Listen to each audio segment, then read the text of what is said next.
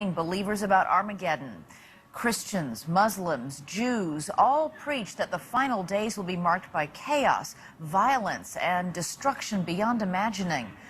But only recently have scientists been able to come up with their own apocalyptic scenarios. We're taking you on a journey that's both breathtaking and terrifying. Top scientists from around the world will paint riveting pictures of 7 deadly threats, from the least likely to the most imminent. Some are not likely to happen in our lifetime, but they could wipe out future generations. And by acting today, we could dramatically change our ability and that of our children and grandchildren to survive. The largest threat that humanity faces is... The greatest threat to humanity is... The largest threat to humanity now would be terrorism. Nuclear bombs. Probably a virus. Waste of natural resources. It could be an asteroid, a comet, gamma rays. The end of the world is possible. It's more than possible. It's likely, but the question is when and how. Scientists say in 10 billion years, our sun will die, and so therefore will we. Of course, stars die every day, and that's where we begin our countdown at number 7. Sometimes, when stars perish, they unleash the most powerful force in the universe, a radioactive light brighter than 1,000,000 trillion suns. Imagine if that power were unleashed upon us. Not enough people take pause and reflect on our true place in the cosmos. We like to think of ourselves as having power over our fate. No, not yet, at least. The powers of the universe vastly exceed any powers we wield. The power of nuclear gamma radiation has long been thought of as mankind's deadliest weapon.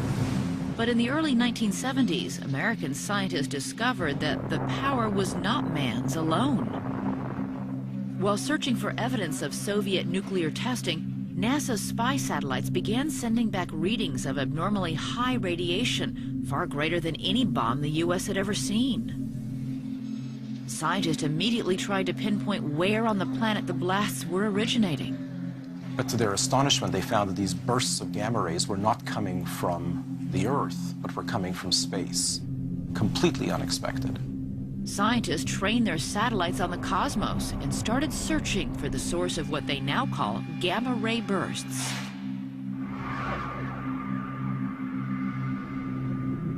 Gamma ray bursts are fascinating, cosmic enigmas. They are the most energetic things we have ever seen or measured. These are the biggest explosions the universe has seen since the Big Bang itself. It's as massive, essentially, as an explosion can be.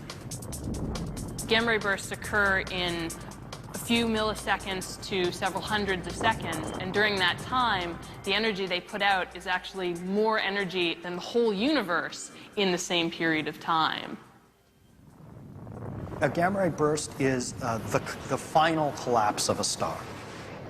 Every piece of the star is simply falling toward the center all at once. It gets incredibly dense, it gets incredibly hot, all sorts of nuclear reactions start to happen, radiation starts spewing out all over the place. It's just a maelstrom. We see about one a day, going off in some galaxy somewhere in the cosmos. These gamma rays are at safe distances. They're just cosmic curiosities in the night.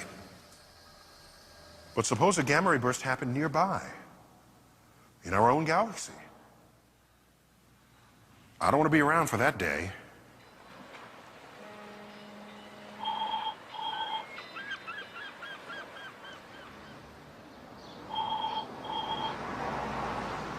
Because gamma ray bursts travel at the speed of light, towns around the globe would have no warning that a cosmic disaster was about to unfold. If a gamma ray burst bursts, it'll be the brightest thing in the night or day sky. Won't be one sun in the sky, you'll see 2 suns. You'll know something bad is happening. Although the closest star to the Earth that could explode is 8,000 light years away, even at that distance, a burst headed toward Earth would be catastrophic. what it would do is it would boil off, essentially, the whole top of the Earth's atmosphere. And the consequences of that are very drastic. First thing they'll do is take out our ozone layer. Completely take out all the ozone. Once you do that, by the way, the ozone is our defenses against high-energy radiation. So if that shield gets knocked out, we are bare. Without the protection of the ozone layer, everyone around you, even those hiding in their basements, would begin to get what looked like a bad sunburn from the gamma radiation as it penetrated into the Earth's crust. This is light, has enough energy to completely decompose the molecules that are the stuff of life. Temperatures would rise dramatically. People outside would be burnt by the ultraviolet radiation. Without an ozone layer, anything with eyes would eventually be blinded. We're talking about the end of all life as we know it. Within days, the radiation would begin to impact every living thing on a molecular level, stopping all cells from reproducing. Our fingernails and hair would stop growing, and worse, the cells in our intestines would stop regenerating, leaving us unable to absorb food or water. Most of the living things on the planet, plants and animals alike, would not survive that kind of radiation.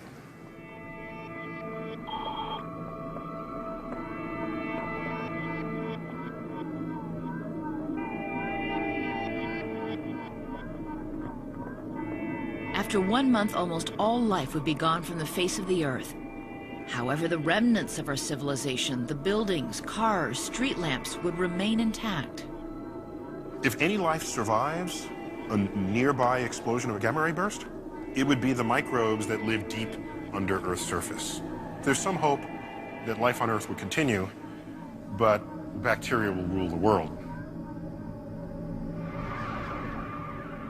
He's been called the most brilliant mind in physics since Albert Einstein. Who better to help guide us on our journey than Stephen Hawking, who has devoted his life to discovering the secrets of the universe.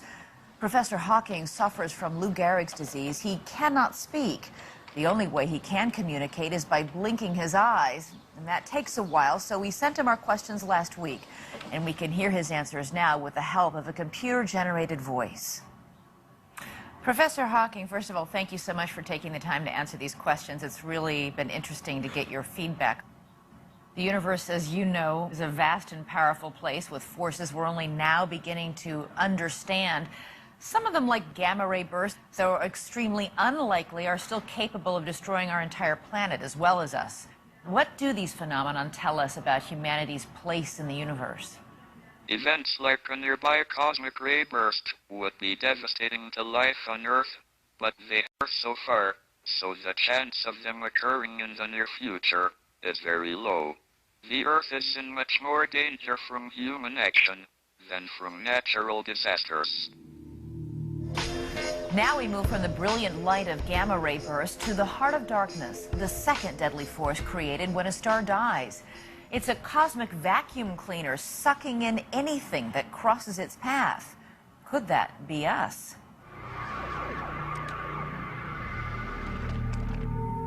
If you look at textbooks from 100 and 200 years ago, they describe the universe as being this peaceful, gentle place.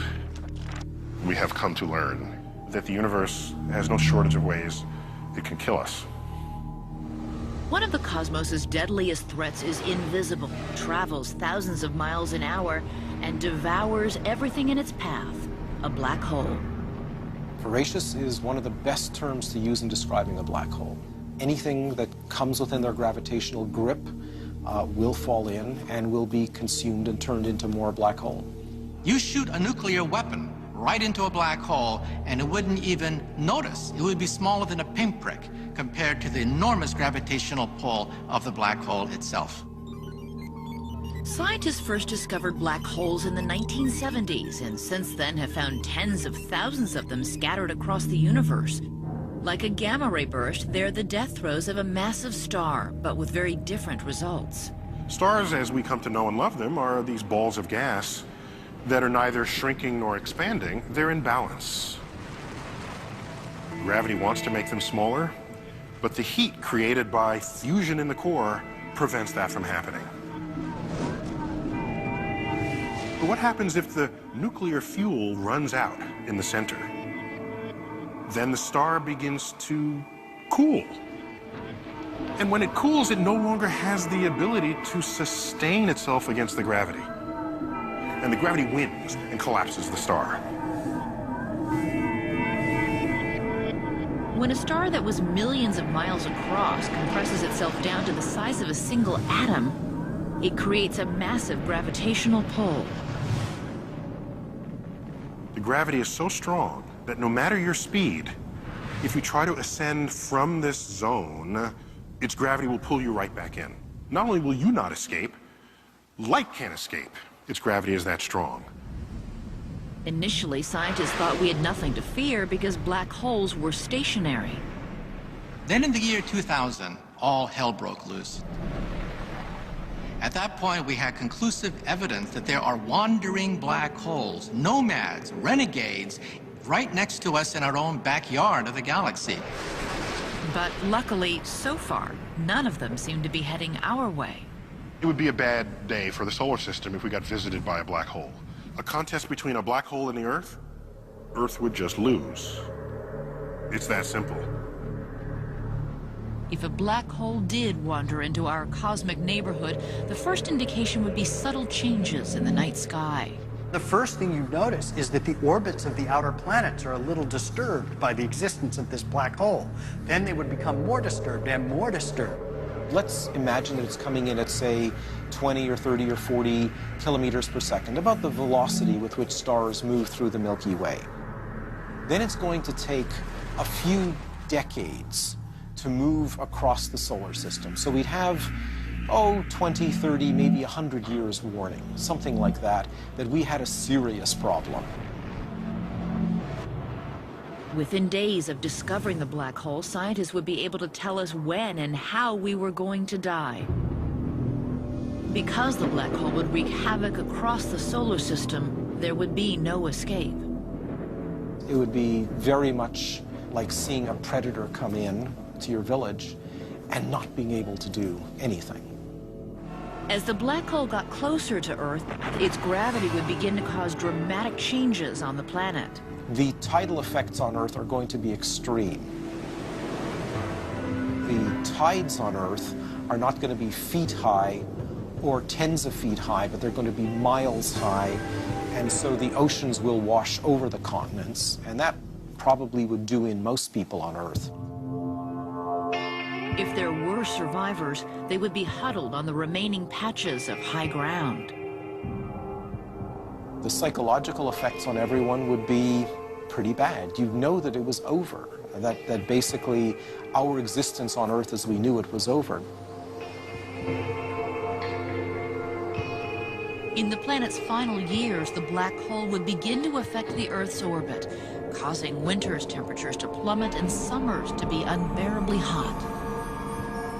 When you finally get close enough for the black hole's gravity to start dominating the gravity of the Earth, then you start hearing the sucking sound as the atmosphere is sucked off through space towards the black hole, followed by everything that isn't nailed down on the surface of the Earth. What will your body do in response? Your body will begin to stretch. Now, the body's kind of elastic. You know, you can stretch a little bit. That's what you do before you work out. You stretch.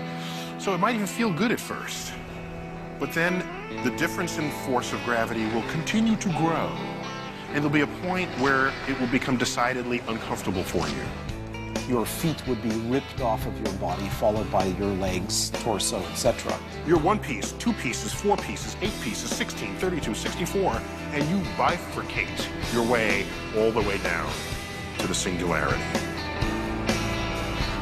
I think if you gotta go, that's gotta be fun. If I were to pick a way to die cosmically, that would be the way to do it, for sure.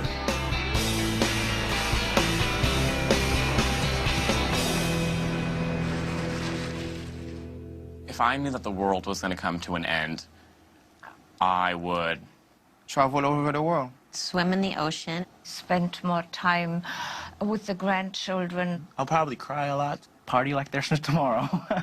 I'd make a short list immediately of like all the things that I haven't done that I want to do. and I'd just start at the top and just cross them off one by one. I would go probably back to my country and take my family with me. I'd make sure that my family was with me, my whole family. I definitely want to see my family one more time. See my family? My family. My family. My family. My family. My family. When we continue, what could happen if you take a super intelligent machine, let it make its own decisions, then connect it to the world's deadliest weapons? That's one of the major risks, that if we produce these godlike creatures, they may turn against us. We've given machines too much power, too much intelligence, and it's too late. Coming up, number 6 on our countdown.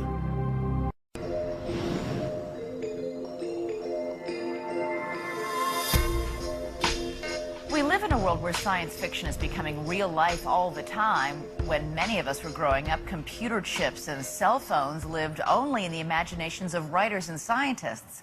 Now we can't imagine life without them. And that is the making of number 6 on our countdown of threats to civilization. Where will technology lead us? Will catering to our convenience be the death of us? Computers can, in principle, emulate human intelligence, or even better it. The result is that computers are likely to overtake humans in intelligence at some point in the next 100 years. As a species, we are number 1. We're the dominant species. How is it that we've got that way? I believe it's our intellectual capabilities. So if something comes along that intellectually outperforms us, then it has the potential to take over.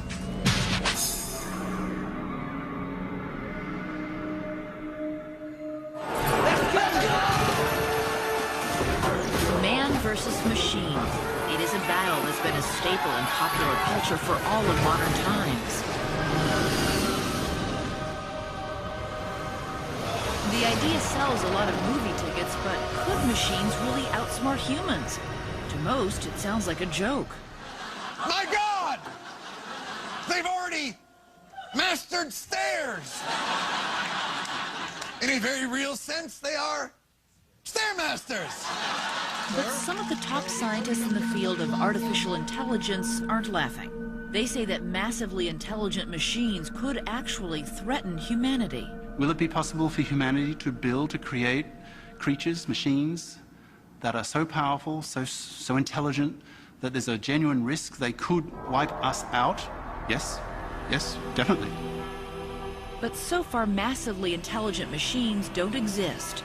To understand how they will become a reality, scientists say, just do the math. The electronic capacity you can put into a chip nowadays is doubling roughly every year or so. Common sense, if you take any old number and you multiply it by 2, by 2, by 2, by 2, by 2, after a while you'll end up with a huge number, and that's the case today. 60 years ago, the world's most powerful computer weighed 30 tons. Today, a device billions of times more powerful can fit into your pocket. So at what stage could machines start becoming smart enough to be a threat, approaching human intelligence levels, and in a sense, answering back? Artificial intelligence has already given us computers smart enough to diagnose our illnesses, run our factories, invest our money, even beat us at chess. In 1997, a supercomputer named Deep Blue was able to defeat humanity's best chess player, Garry Kasparov. Kasparov, after the move C4, has resigned. I see the potential of these machines becoming not just like double human intelligence, or 5 times or 10 times, but literally trillions of times, and that's a big problem. The more advanced our technology becomes, the more control we give it. Where will it stop? What it is really is humans giving up the power, giving up the ultimate decision-making to the machine, and then in the military sense one can see the power to do something about those decisions. The military has already developed a stable of unmanned vehicles still controlled by humans, but the eventual goal of the military is to create a technology which will give machines the power to make life or death decisions on their own. We're setting up machines to do things to humans, and not particularly pleasant things to humans in many cases. I think if they just had a small fraction of humanity in them, machines, then they're going to be awful. Open the pod bay doors, Hal. I'm sorry, Dave. I'm afraid I can't do that. In 1968, director Stanley Kubrick gave us the HAL 9000, a super-intelligent computer known affectionately as HAL. I know that you and Frank were planning to disconnect me, and I'm afraid that's something I cannot allow to happen. In a high-tech version of self-defense, HAL takes charge and outsmarts and kills some of the astronauts. That's one of the major risks, that if we produce these godlike creatures, they may turn against us. The astronauts were able to turn HAL off, but what if a computer like HAL was connected to millions of other computers? They would virtually be in control of everything, our economy, our medical systems, our water, whatever. So if they took it into their heads to, if they had heads, whatever, into their intelligences to exterminate us, I don't see that being a major challenge for them. Scientists say it would be just like a scene out of the science fiction film The Terminator, only this time life would imitate art. In 1 hour, it will initiate a massive nuclear attack on its enemy. What enemy? Us! Humans! It's like walking towards a sheer drop on a cliff face and saying, yeah, let's put some more intelligence into machines. Everything looks all right.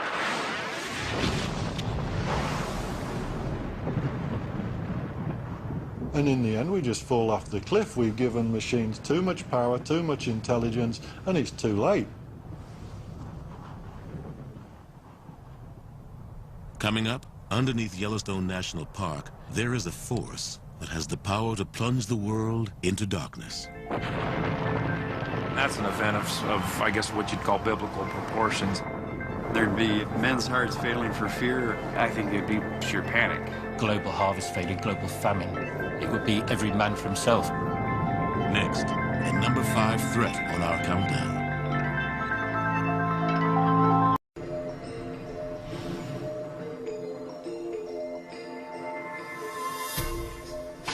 Number 5 on our countdown is a threat closer to home. In fact, don't look up, look down, because what lies beneath could really rock your world. There's no doubt, and many people have said this before, but we exist on this planet purely by nature's consent. If nature decides she's had enough, we're out. Many of the threats we face come from above. However, only one comes from beneath. What we think of as solid ground, the Earth's crust, is only 25 miles deep, and beneath that is a pressurized ocean of molten rock looking for a way out. Occasionally, it finds one. Case in point, Pompeii, on the Bay of Naples in the shadow of Mount Vesuvius. What Vesuvius tells us and what Pompeii tells us is that the worst thing that you could conceive from an active volcano will ultimately happen. August 24th, 79 AD. It started with earthquakes. Hours later, there was a massive explosion. We use the word erupt in our everyday language to describe something that happens suddenly and unexpectedly. Vesuvius erupted into their lives. An entire city frozen at the moment of destruction. The people who died buried in ash, a testament to the frightening power of the blast. But you've only got to look at the dead at the Herculaneum waterfront, where the skeletons, when they've been studied, you can see there are scorch marks on the inside of the skull, where the gas cloud came down. It was so hot that it set the brain on fire.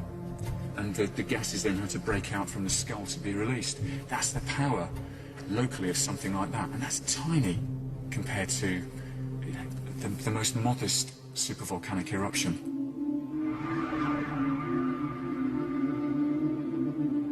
The supervolcano really is a volcano which generates the biggest eruptions that we know about. Now, that means something big enough, for example, to cover the entire UK or the entire state of Connecticut, I suppose, in a vast amount of debris, sort of 10 meters deep.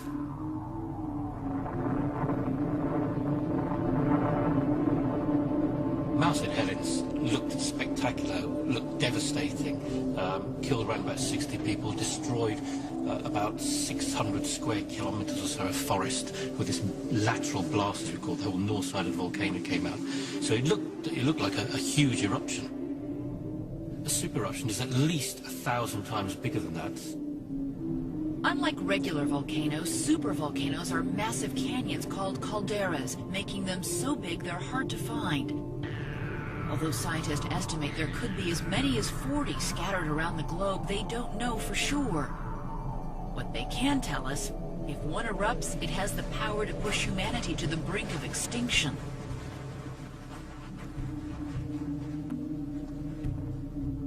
If we look at the big supervolcanic eruption about 74,000 years ago, Toba in Sumatra, we can see from the genetic records that almost immediately after the eruption, humanity went through a genetic bottleneck.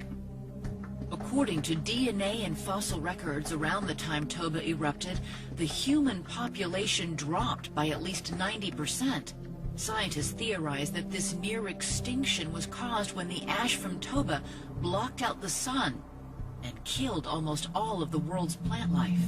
There are some human geneticists who say that the bottleneck is so narrow that there could have been 30 reproducing females left in the world. The bottom line is that when one of these eruptions occurs, it's going to be a global disaster. The only question is when and where.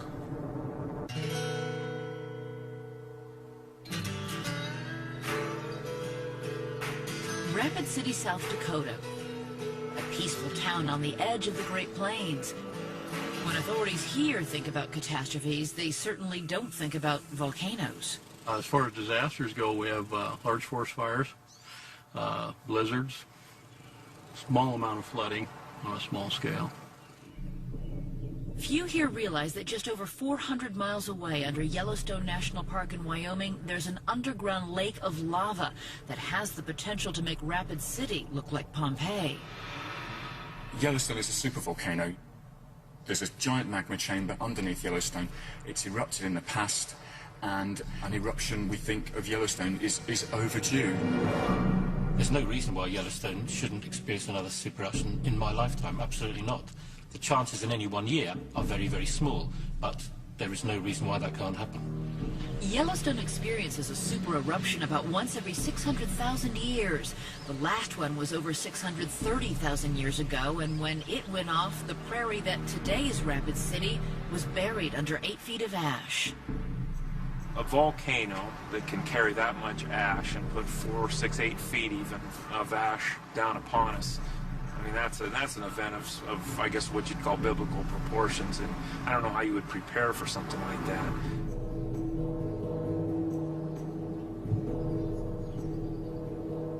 It is especially hard to prepare when scientists can't tell us exactly what the warning signs are. We haven't seen a supervolcanic eruption, so we're not sure about what we will see. But one of the things that we would expect would be increased earthquake activity, an increase in the small geyser eruptions that you get in Yellowstone. The increased seismic activity under Yellowstone would be caused by the massive lake of superheated liquid rock called magma, forcing its way toward the surface. When that would turn from warning signals to there's going to be an eruption, it is unclear. We may not, however, get much notice that the eruption's about to happen. The Bible does say that, in the last days there'd be an increase of earthquakes in many places. It sounds a little trite, but the Bible says when you see these things happen, look up, for your redemption draws nigh. We might only get a few minutes' notice that a series of eruptions were about to begin. If you can imagine the chamber, so these fingers of magma are going to reach the surface, and when they reach the surface, the eruption begins.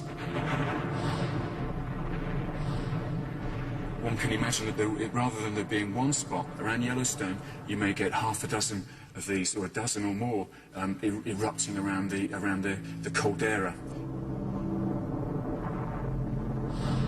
And as these erupt, they're emptying the magma chamber, And as the magma chamber gets empty, the roof of it becomes vulnerable. There's nothing holding it up anymore.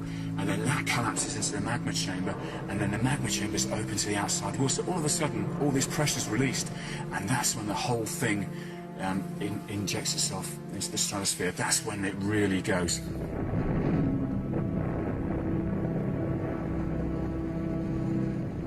In Rapid City, those watching live television images from the park would suddenly see their screens go blank.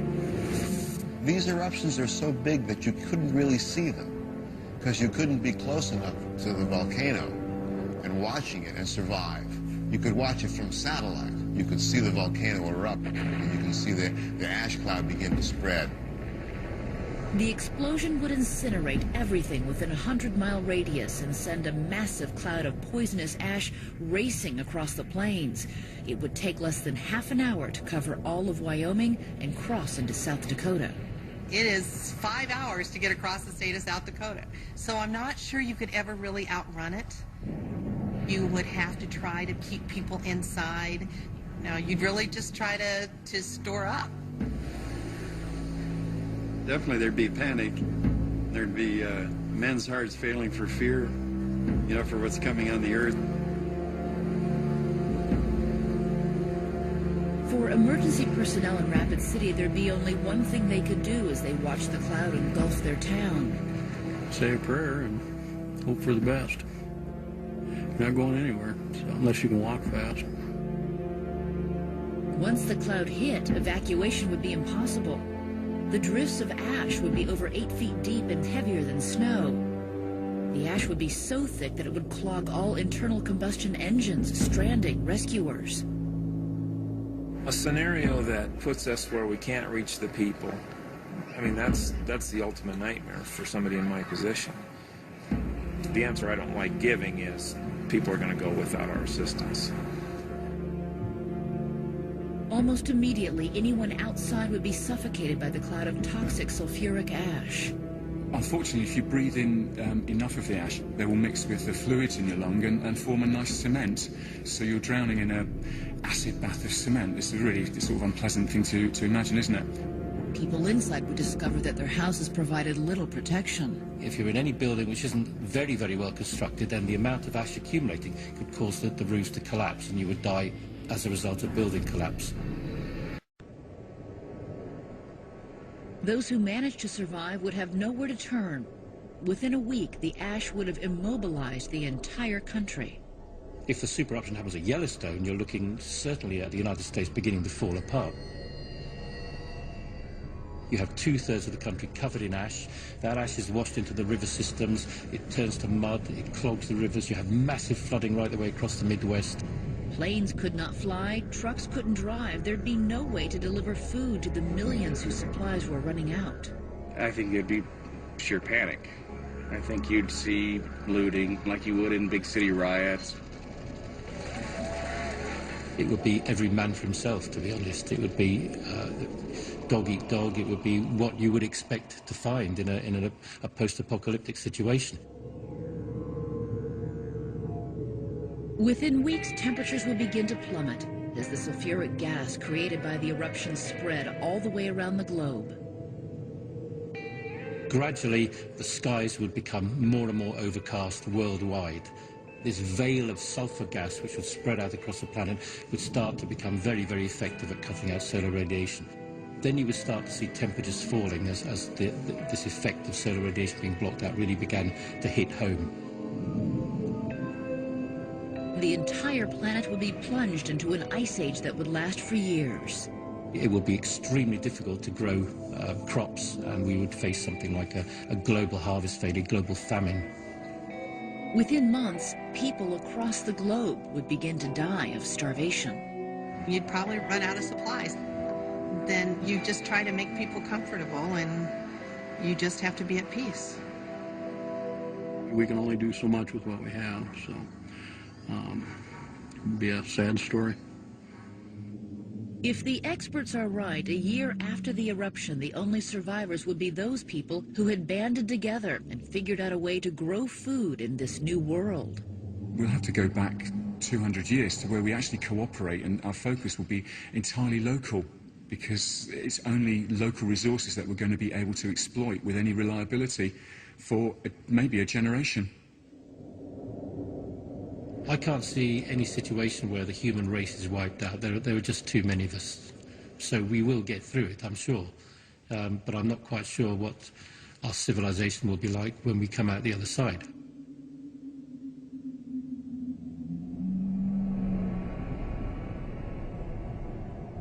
When we continue. The universe is violent. The universe can be catastrophic. All the conflicts around the world may all of a sudden stop because there's going to be an external threat. This asteroid, on Friday the 13th, April 2029, will come close enough to Earth to dip below our communication satellites. Next, number 4 on our countdown. Something really humbling. Consider this: 99.9% of the creatures that walked the earth before us are now extinct. Some were bigger and more powerful than we are, so why did they disappear? The answer lies in number 4 on our countdown. Could their fate ultimately be ours?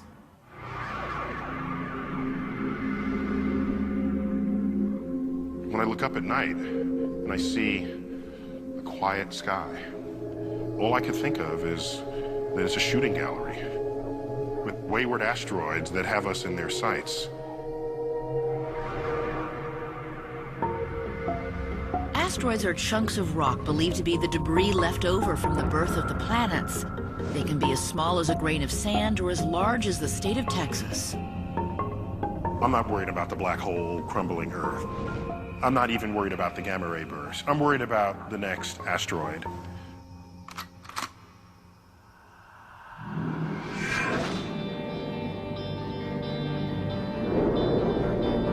The average handgun fires a bullet at approximately 1,000 feet per second. The average asteroid travels more than 60 times faster.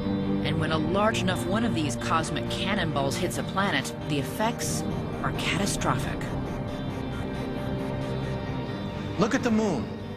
Every night it comes out to remind us that on cosmic scales, the universe is violent. The universe can be catastrophic. There are tens of thousands of craters on the moon, and each was caused by an asteroid impact. Even more have collided with the Earth, but weather has softened the scars. We have a polite word for them. They're the near-Earth objects. But really, these are the things that can render us extinct.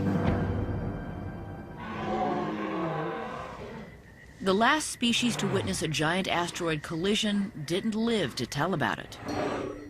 65 million years ago, there was a major asteroid strike just off the Yucatan Peninsula. That almost certainly was the primary cause of the extinction of the dinosaurs. One of the few species that survived that impact were tiny scavenging rodents that live deep underground. With their main predator out of the picture, 65 million years later, those mammals evolved to take over the planet. It's this two-edged sword. The asteroid that took out the dinosaurs enabled mammals to form whole branches of the tree of life that led to us. So, do you love the asteroids or do you hate them? To keep us from going the way of the dinosaurs, a network of professional and amateur astronomers around the globe are combing the galaxy. They map and name every asteroid they find, and so far they've located more than 100,000. One was discovered recently, the end of 2004. Fine, it was a new asteroid. Who cares? Until you start plugging in the orbital parameters into your computer. You plug those in, and then you watch where it goes. You can project forward where you expect to find this thing in the future. You know what we found? This asteroid, on Friday the 13th, April 2029, will come close enough to Earth to dip below our communication satellites in orbit around Earth. This asteroid, called Apophis, will just miss us on this go-round.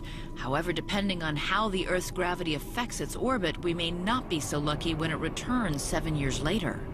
Depending on exactly where it passes in 2029, there's a decent chance, small, but a very noticeable chance, 1 in a few thousand, that it will then strike the Earth in 2036, actually on April 13th again.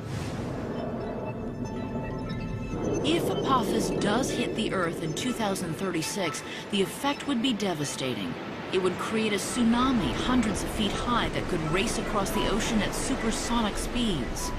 It's big enough to create the worst damage to life on Earth in recorded history. While the impact could wash away large parts of California, Apophis is not big enough to wipe us out completely. And luckily, odds are we'll dodge this bullet. But scientists say sooner or later, Earth will be in the sights of a much bigger asteroid, one big enough to wipe out civilization entirely. So what is humanity doing to address this deadly threat? The number of people worldwide who are working actively on this problem is enough to staff one shift at a McDonald's. And that's about accurate. If we discovered tomorrow that a huge asteroid was hurtling toward Earth, the world's attention would turn toward NASA astronauts Ed Lu and Stan Love, who've developed what experts say is perhaps the best plan to save the planet.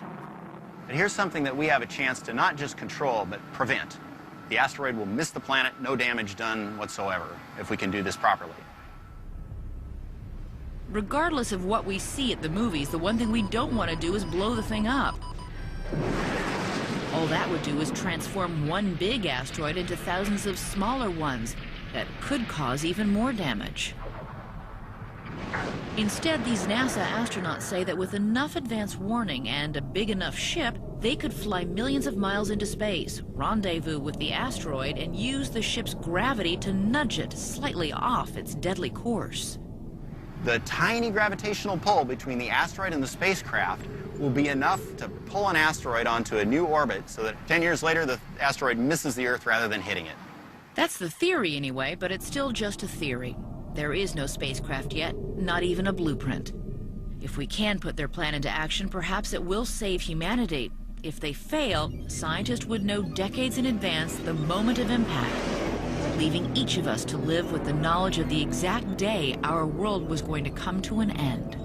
There'd probably be a lot of people who were, sort of, well, let's party. We don't have much time left. There'd be other people that say, well, I'm going to spend my time praying. There'd probably be other people who were, determined to survive and, would go and try to find some way to optimize their chances. Even though there'd be little chance for survival, it's difficult to imagine that humanity would go down without a fight. Regardless of our chances, some would probably try to build self-sufficient communities deep beneath the Earth. As our expiration date grew nearer, governments might collapse and the money they back might become worthless. And society would have to discover a new set of rules. I think as we get closer, as that sand of time runs out of the hourglass, it'll be much harder to enforce the rules and to continue the behavior that we had up to that time. How would you behave if you knew the date of your death? Would you go to work, pay your bills, mow your lawn? As the final days approached, would our lives descend into chaos, or would we band together and look for something more? I think what's going to happen is if we see this asteroid coming, and we're in a situation where we're not really sure what to do, we're going to look for love. We're going to look for understanding. We're going to kind of hold on to what we have, and for those people that have no one, they're going to frantically search for the comfort that they can have as time slowly ends. Finally, one day, all of those left on the surface would wake up and know that it was the last day, then the last hour, and then the last minute. I like what they always show in Hollywood. As the asteroid comes, people hear it and they look up and they see this flaming ball moving. These objects are moving 10, 15 miles per second. That is hypersonic. You're not going to hear it, you're not going to see it. It takes it a few seconds from when it first hits the top of the Earth's atmosphere to when it actually touches down. During those few seconds, it glows, not red hot, not yellow hot, white hot, getting up into violet hot. And that is so hot that if you were anywhere on Earth in the big circle of maybe 1,000 miles diameter, where you could actually see this thing coming down, the heat and light coming off of it would just burn you to death immediately. Then it hits, and it starts digging the crater. It takes a long time for a big crater to form, maybe a minute, as the Earth, what you think of as solid rock, gets splashed out by this enormous impact. There would be massive tidal waves and earthquakes, but the worst part would be the gigantic mushroom cloud of debris that would reach all the way into space. An asteroid that size is large enough to thrust large quantities of Earth's crust into the atmosphere. Within as little as an hour, even people on the opposite side of the planet would begin to feel the effects of the impact. You'd look up at the sky, and you might see a few shooting stars. Even as daylight, you might see a few shooting stars. Quickly thereafter, you see like 10,000 shooting stars per every square centimeter. The entire sky, instead of just being little streaks of shooting stars, would flash up into a rosy red glow, which would look and feel like someone had shoved you into a self-cleaning oven being cleaned. The falling debris would burn up in the upper atmosphere, creating a layer of fire that would blanket the planet. 60 miles below the surface of the Earth would spontaneously ignite into a worldwide firestorm.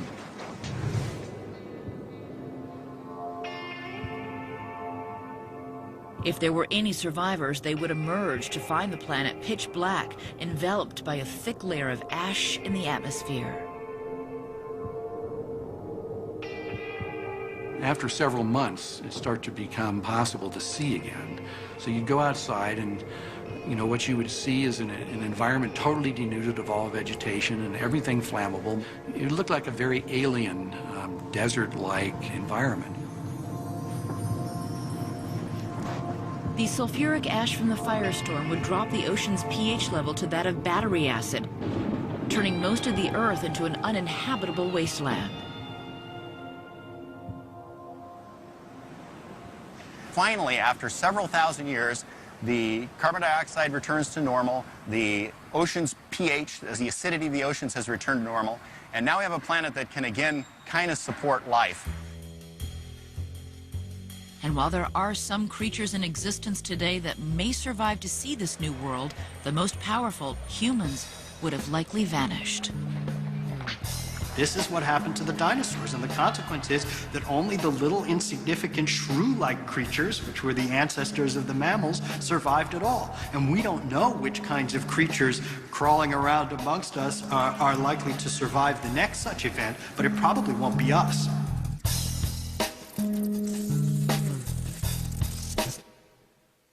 I think if I was told that an asteroid was coming to Earth and was going to wipe us out, I think I would eat as much as I can. I quit work.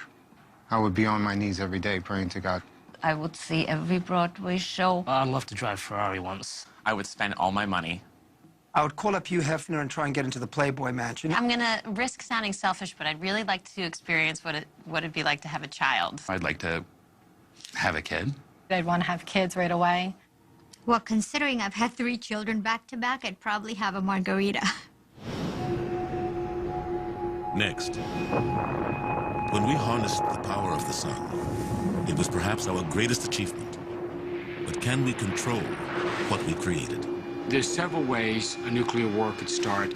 The most likely is by accident. we could kill 8 billion people. There are only 6 billion on the planet. Number 3 on our countdown.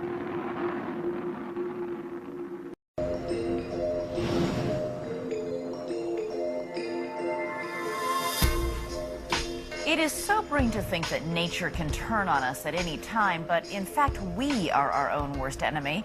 So now we turn to the final 3 on our countdown, the kinds of destruction we are wreaking upon ourselves.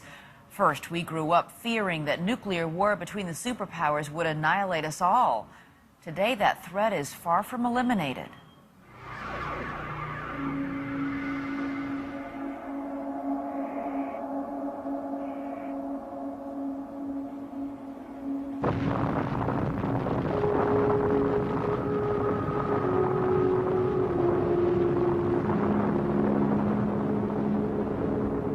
J. Robert Oppenheimer, father of the atomic bomb, watched his creation explode over the New Mexico desert, he understood that in that one instant, man's place in the universe had changed. I remembered the line from the Hindu scripture, the Bhagavad Gita. Now I am become death, the destroyer of worlds. I suppose we all thought that one way or another. They understood what they were doing. They were unleashing a power unlike any humankind had ever had. We now had the ability not just to kill others, but to kill all other human beings.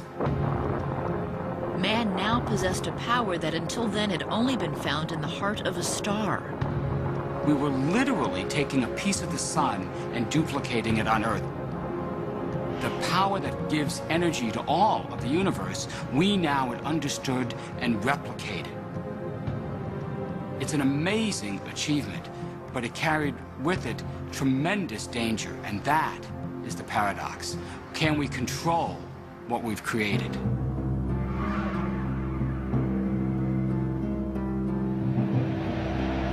From the start, it was clear that we could not.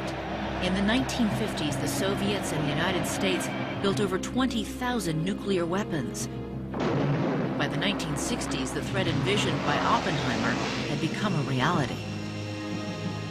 Every man, woman, and child lives under a nuclear sword of Damocles, hanging by the slenderest of threads, capable of being cut at any moment by accident or miscalculation. Today, it is the nuclear ambitions of terrorist groups and the intentions of India, Pakistan, Iran, and North Korea that seem to have the world's attention. Though experts say that nuclear proliferation is a huge danger, it is not, they say, the greatest threat to civilization.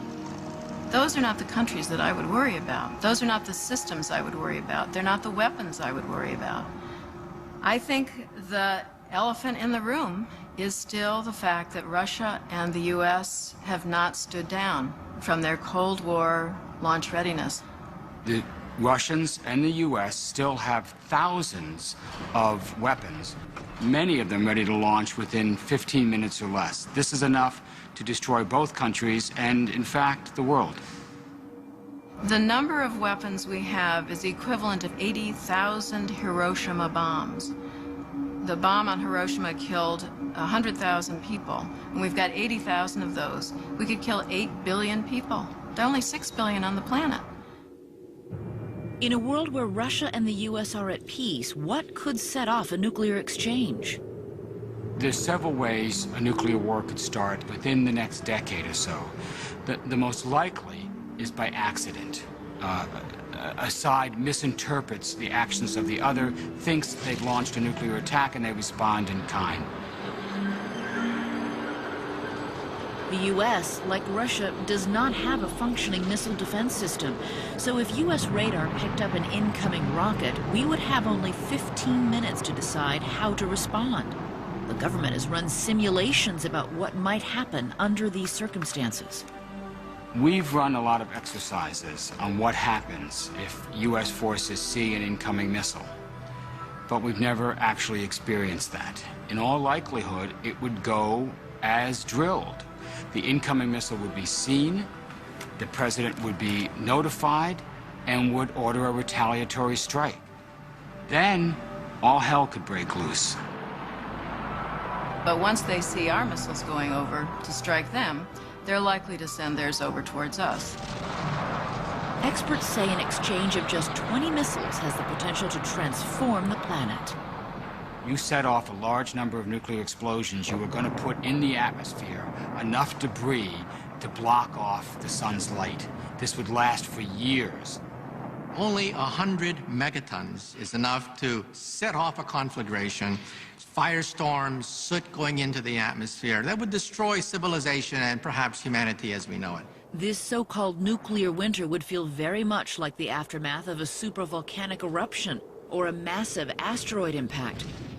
There is, of course, a crucial difference. This apocalypse is of our own making. We still hold on our hands, inches away from pushing the button, the power to destroy the entire planet. It's there, it's real, it could happen. That nuclear sword of Damocles that Kennedy spoke so eloquently about still hangs over our head.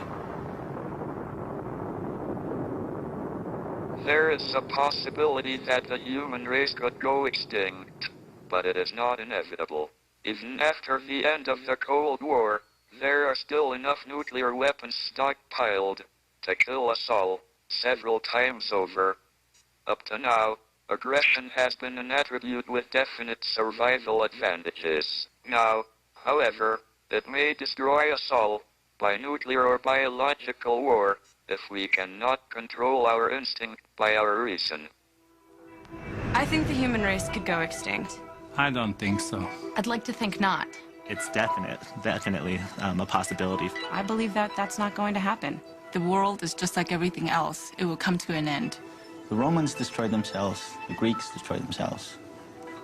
We're sons of that dynasty. If people die and then all of humanity's gone, what's going to happen? The Old Testament in the Bible says that when God wanted to show the Egyptians who was boss, he visited 10 plagues upon the land. Awful things like locusts, pestilence, and swarms of frogs and flies. As horrific as those sound, they're nothing next to number 2 on our countdown, the modern-day plagues that may destroy us. And they're not sent from above. Few people realize that all around us are invisible creatures, ancient species that have the potential to bring our civilization to its knees. What we've not tamed and never will be able to tame, and ought not even try to tame, is the microscopic world of the microbes. Most are harmless, but some can kill us in hours. And now with modern technology, mankind has the power to make them deadlier than ever. You know it's just a matter of time until you have an enormous disaster, whether it's man-made or Mother Nature.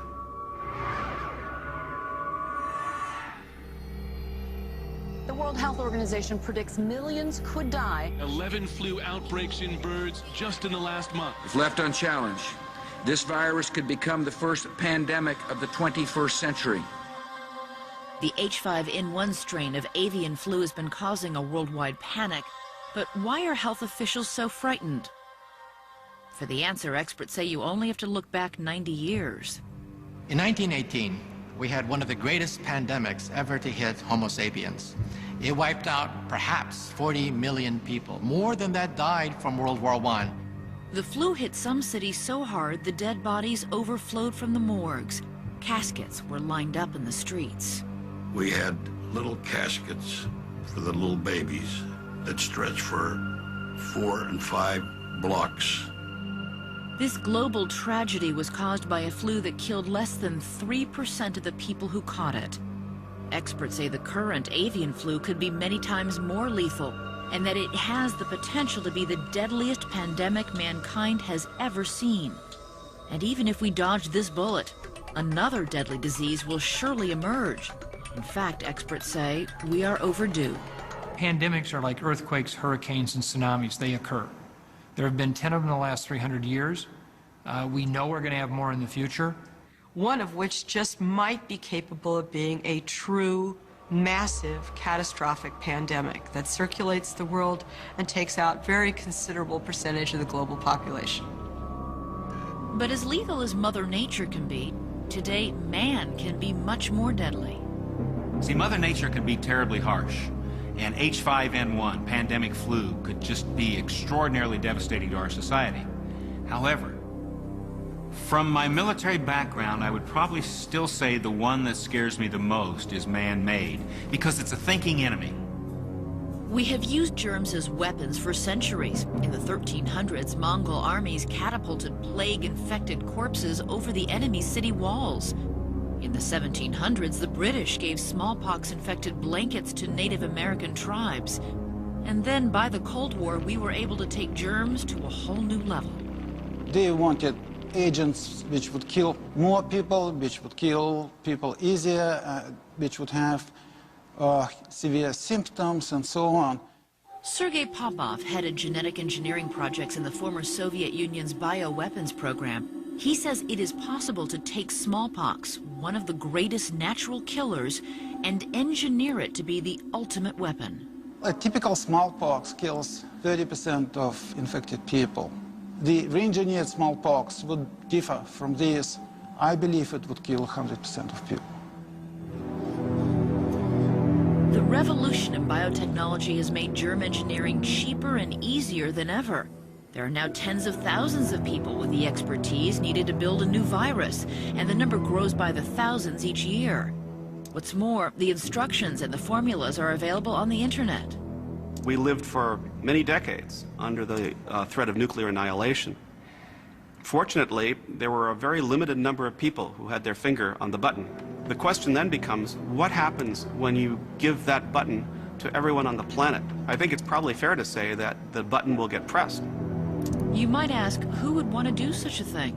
But history teaches us there are always a few people who, if they had the ability, might want to try. Some people have said, thank God Ted Kaczynski was a mathematician and not a biologist. In most situations, it's not about money, it's not about revenge, but it's about belief. What would happen if someone took a deadly disease like Ebola, made it as contagious as the common cold, and then released it?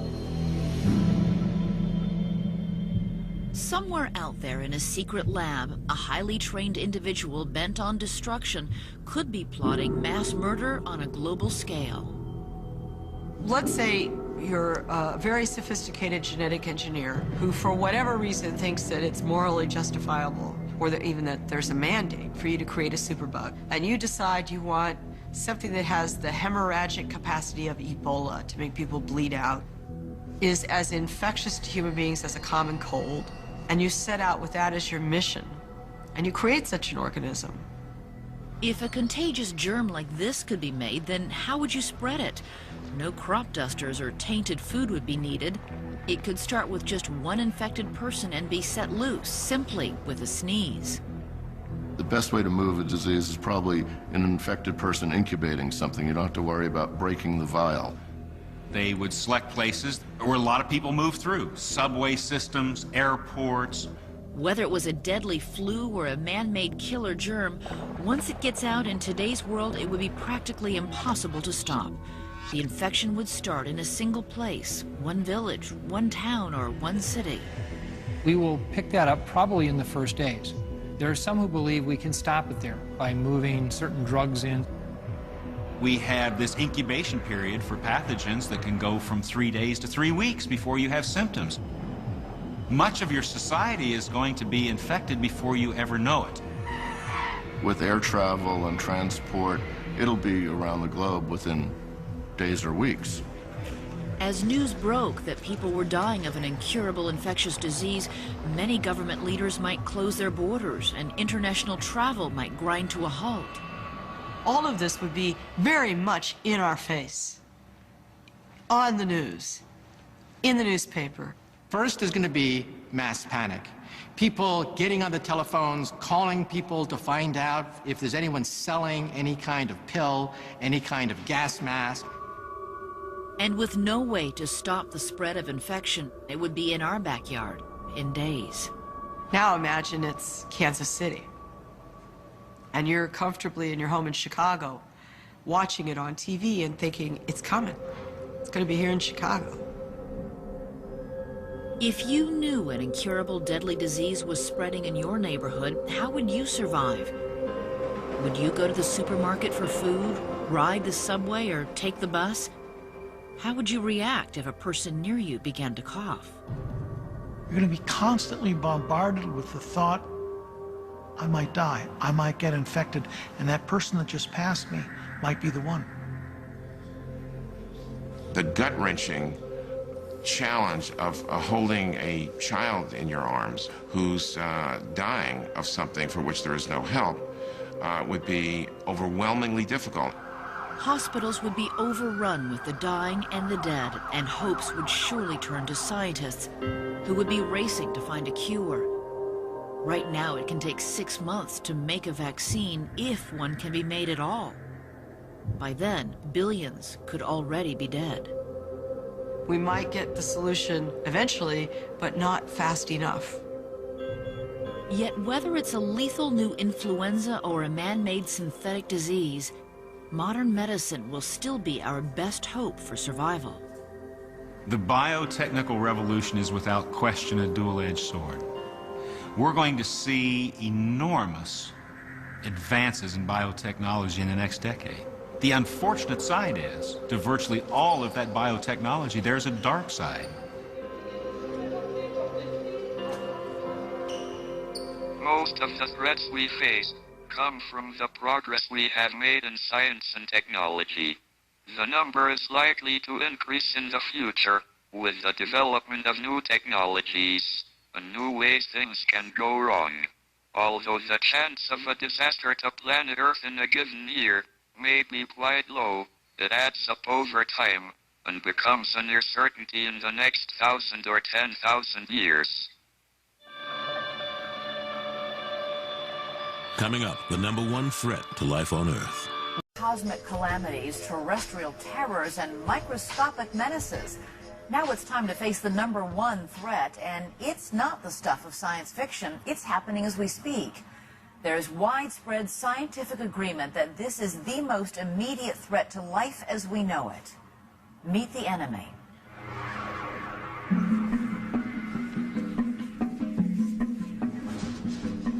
I'm Dick Williams from Kansas City. I'm a trucker, and I've noticed in my driving now that I'm seeing armadillos in places where I've never seen them before, much farther north than I've ever seen them in the past. Why the armadillos are moving north, I don't actually know the answer to that.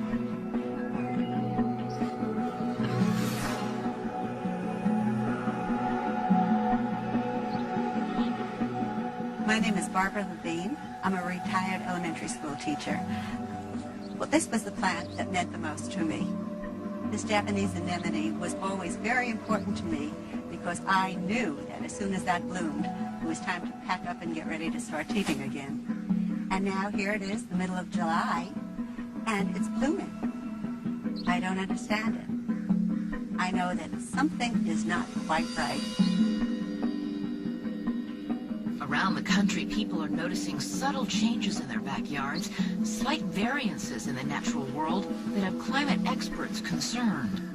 We see springtime coming 2 weeks earlier. We see less snow in the mountains. We see heavier rainfall. We already see 8 inches of sea level rise. The planet is changing before our eyes, and it's going to have big practical sociological impacts, which we don't understand yet, but we can see that they're going to be big. Some of the environmental trends that are disturbing scientists are hard to notice, but others are far less subtle. The average number of Category 4 and 5 hurricanes that we see each year globally has nearly doubled in the last 30 years. We're seeing more forest fires. We're seeing Greenland melting faster than we thought, West Antarctic melting faster than we thought. That's all bad news, and it is all happening at once. Add it all up, and scientists agree that what we are seeing is the beginning of a planetary climate shift that has potentially dire consequences for life on Earth. Global warming is a misnomer. Climate change now is used because it's not just the rise in temperatures, it's everything else around it. The more powerful windstorms, extreme precipitation events, more flooding, sea level rise, everything else. It's not just warming, it's this whole portfolio of hazardous phenomena that we're going to have to face. Every top accredited scientific institution, from the EPA to the Intergovernmental Panel on Climate Change to the National Academies of Science and even the Pentagon, agree on 3 things. 1, climate change is real. 2, we humans are spurring it on. And 3, left unchecked, it has the potential to escalate into the largest global catastrophe mankind has ever known. Scientists can never be certain. That's one of our weaknesses, as you well know. But the probability of this changing the Earth beyond recognition is so high that any practical, reasonable person would treat it as if it were a certainty.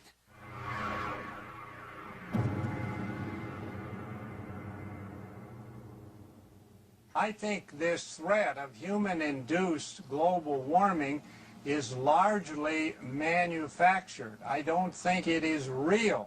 Does global warming exist, or is this just a liberal scare tactic? There's no scientific consensus about what causes global warming or how it will affect our lives. I find it extraordinary that anybody can regard global warming as climate change as a debate. Clearly it isn't a debate. There's no credible debate about whether it's warming and about whether it's because of human activity. That's very clear. You have the entire climate science community pretty much on one side, and on the other side you have what must now be half a dozen mavericks who are pretending it's not happening. It's a hoax. A total hoax. Total hoax. It's an outrageous lie. Every time you address the Holocaust, you don't bring somebody in that says it didn't happen. And we're at that stage now. We have Holocaust deniers, we have climate change deniers. And to be honest, I don't think there's a great deal of difference. Is there any doubt among scientists that global warming is occurring, that it's dangerous, and that humans are causing it to happen? No, the debate is over. Since losing his bid for the White House, former Vice President Al Gore has been spending most of his time on this issue, in the press, on the page, and even in your local theater. I am Al Gore. I used to be the next president of the United States of America. Gore says this isn't the first time we've seen the interests of big business come into conflict with such a widespread scientific consensus.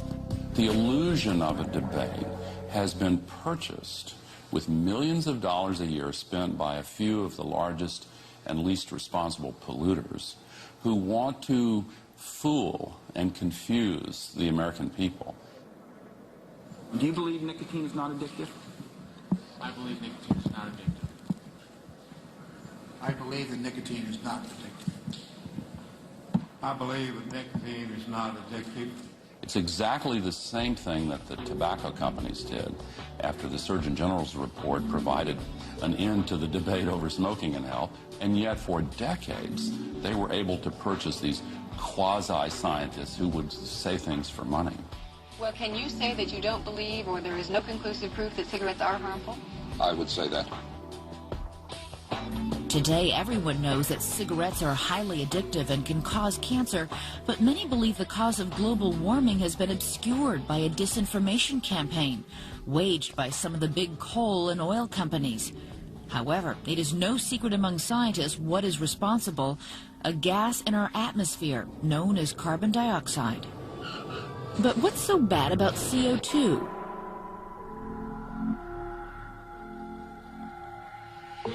Carbon dioxide is the most prevalent of the so-called greenhouse gases. That's the part of our atmosphere that traps the sun's rays, allowing only about 30% of the sun's heat to escape back into space. Without our natural cozy blanket of CO2, most of the sun's heat would escape, and our planet would literally freeze over.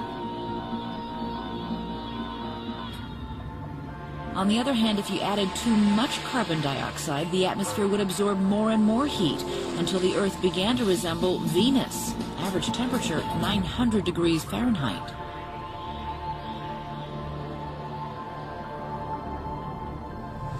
By analyzing ancient Arctic ice samples, scientists have been able to track both the temperatures and the CO2 levels going back thousands of years. This data shows periods of natural warming and cooling, but one trend is indisputable. Whenever the carbon level rises, the temperature rises as well. Fast forward a few 100,000 years to 1900, when in the middle of one of those natural warm periods, something changed. Mankind suddenly started producing massive amounts of CO2. Today, as your program airs, we in human civilization will put up into the atmosphere of the Earth more than 70 million tons of carbon dioxide or global warming pollution. In one day? In one day. Every single day. As it has for millions of years, the planet's temperature is following the carbon dioxide level, but this time into uncharted territory. If we look back over the last 20 years or so, 15 or thereabouts of the hottest years on record have been over that period. Virtually every year now is hotter than the previous year. In the nation's capital, 100 degrees with humidity feels like 113. Temperatures have hit dangerous levels from St. Louis to Memphis and from Raleigh to New York. The first half of 2006 was the hottest ever recorded, and scientists agree that because of the CO2 already in the air, it will get hotter for at least another several decades.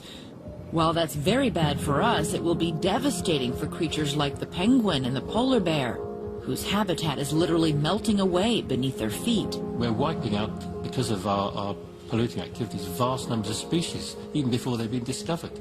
I mean, things like species like the polar bear have had it. There's no chance. I cannot see how they can survive. We could have as much as 50% or more of the animals and plants on the planet go extinct if we go down the path of business as usual. New data shows that the Greenland and West Antarctic ice sheet are melting faster than anyone expected. Each holds over 600 quadrillion gallons of water and has the potential to cause a dramatic rise in sea level. A year ago, it was thought that it would take 1,000, maybe up to 3,000 years for the Greenland ice sheet to melt. But research undertaken and published in just the last 12 months shows that the rate of melting, the rate of movement of the glaciers is accelerating so much that it could melt within a couple of centuries. And some scientists believe that if we do not act immediately, it could be much sooner. It could be 100 years from now, or it could... There's threat posed to humanity now, and in the immediate future, when I say immediate, I mean the next 50 years, 100 years, is global warming. Global warming. Global warming. Global warming. Changing weather.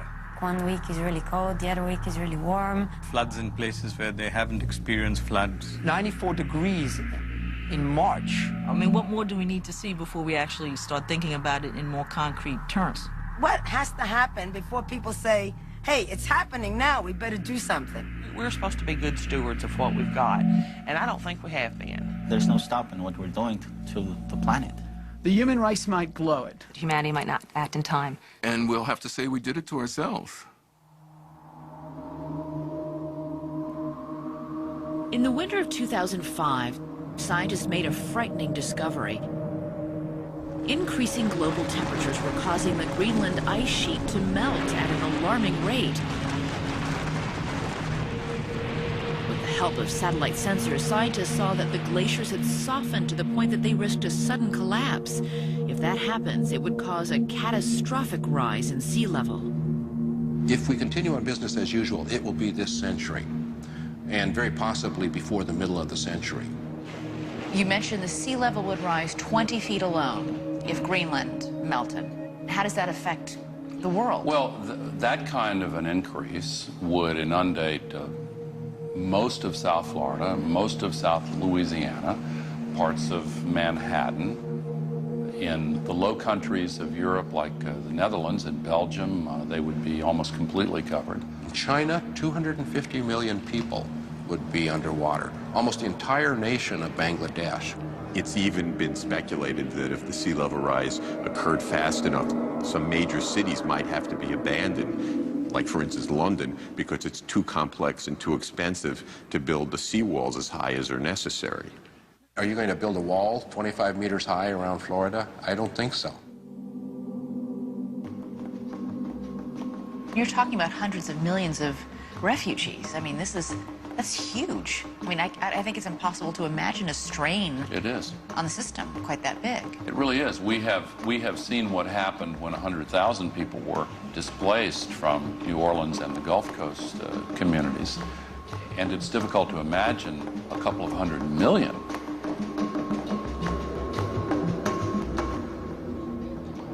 You're going to see mass migrations on a biblical scale. Obviously, the movement of people into new areas and the social ramifications of that are going to cause real problems. As an estimated 1 billion people worldwide are forced inland by rising waters, the remaining habitable land will ironically be gripped by a different kind of water crisis. In the West, 75% of the water comes from snowpack. We're going to lose that snowpack. We've built up cities, huge cities, that depend totally on that water. With the planet's fresh water in short supply, it would become increasingly difficult to grow crops, setting off a worldwide food shortage, igniting a new set of crises. The United Nations identifies something like 150 flashpoints where wars may be fought over water. War, famine, and drought, coupled with an unstable climate system, could push the death toll into the billions. This is a level of disaster that the world has never seen.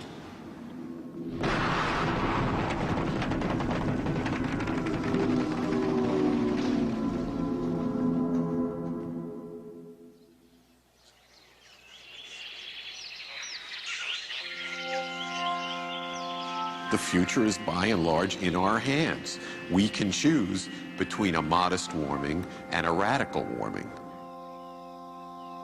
The generation now alive, the generation that you see looking around you for the first time in history, is the generation that controls the destiny of the planet itself. And unless we are careful, our children and grandchildren may say to us that we ruined everything.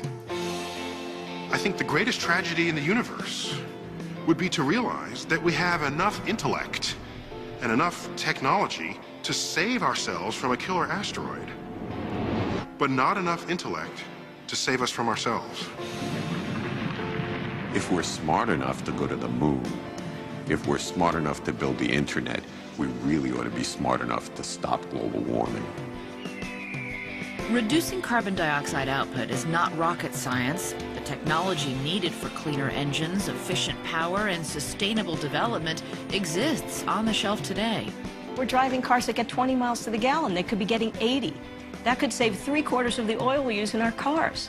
So there's so much that we can do. That's really simple. In order to get the Earth's climate back on track, each of us individually and as a nation will need to learn how to meet our food, transportation, and electricity needs without filling the air with CO2. While cities like Portland, Oregon have made great strides in reducing emissions, and various states have introduced legislation to help reduce CO2, the problem has yet to be addressed on a national scale. The public is not stupid. You know, they're willing to do things, but they need to know what has to be done. So we've got to level with the public, and we're not doing that. It's not a partisan issue. Serious people in both parties want to move forward to start putting in place a framework for changing the way we do business, changing the way we use energy, reducing our dependence on fossil fuels. We haven't even tried to live sustainably yet, and that's what we will have to do. That's the lesson we have to take from this crisis that we're in. But even if we find the political will to make the necessary changes in the United States, I mean, what about China and India? China's putting a new coal plant online every single week. So even if we change, if the rest of the world isn't doing it, what good is it going to do? In order to convince China and India to help solve this problem, we have to provide leadership, moving first and gaining moral authority to require the others to join.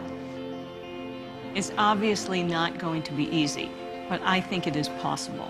And I think that the reason it's possible is because when we look at the alternative, it's unfathomable. To allow ourselves to destroy the world as we know it is unfathomable, so we have to. Global warming urgently, if we still can. The Earth is in much more danger from human action than from natural disasters. This is not a prediction of doom, but a wake-up